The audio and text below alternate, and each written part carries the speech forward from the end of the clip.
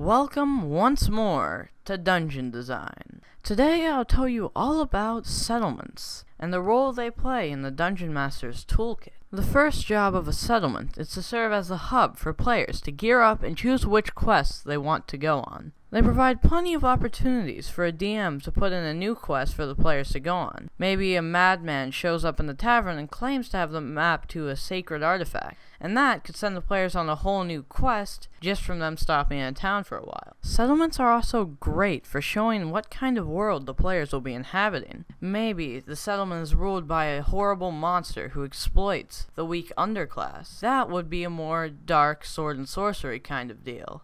Whereas if the town was filled with magic and generally had a lively atmosphere, that would work a lot better for a much different kind of campaign, with less of a focus on a dark, gritty world and more on a fun, lively play session. The most important part about making a settlement is you have to make the settlement feel alive. You have to have things going on, or else it will seem bland, dead, and without much to actually doing. One easy way of doing that is to make when people first enter the settlement to make something happening. Maybe an important execution of a big criminal, or maybe it could be a brawl going on the street, or maybe a magic performance by a character that will become important later. Doesn't matter what you use, it just has to have something interesting. And when you create a settlement that actually has a feel to it and has things happening, be ready for the players to start exploring that settlement, and make sure to have some material ready for when they try to interact with it, because if you made the settlement right, they will feel invested in it and they'll try to interact with it, because it will seem like a real place.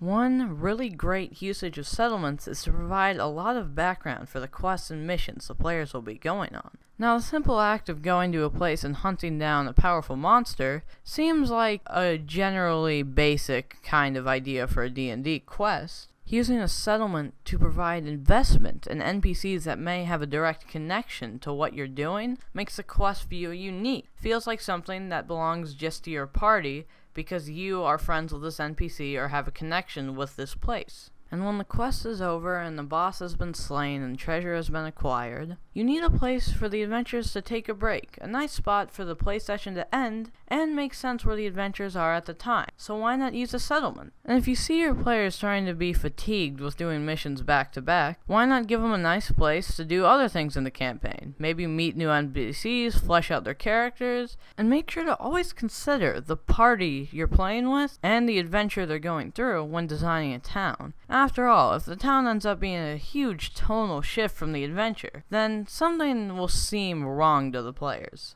And don't be afraid to change the settlements in accordance to the player's progression in the story. Maybe they have to go to another place to meet a person, and it's a more high-level based city with more things to do for those players, and to provide a nice change of feel and tone for the story. Also, keep in mind that settlements are not always necessary. Depends on your adventure, but if they don't make sense in the story, do not feel obliged to use them.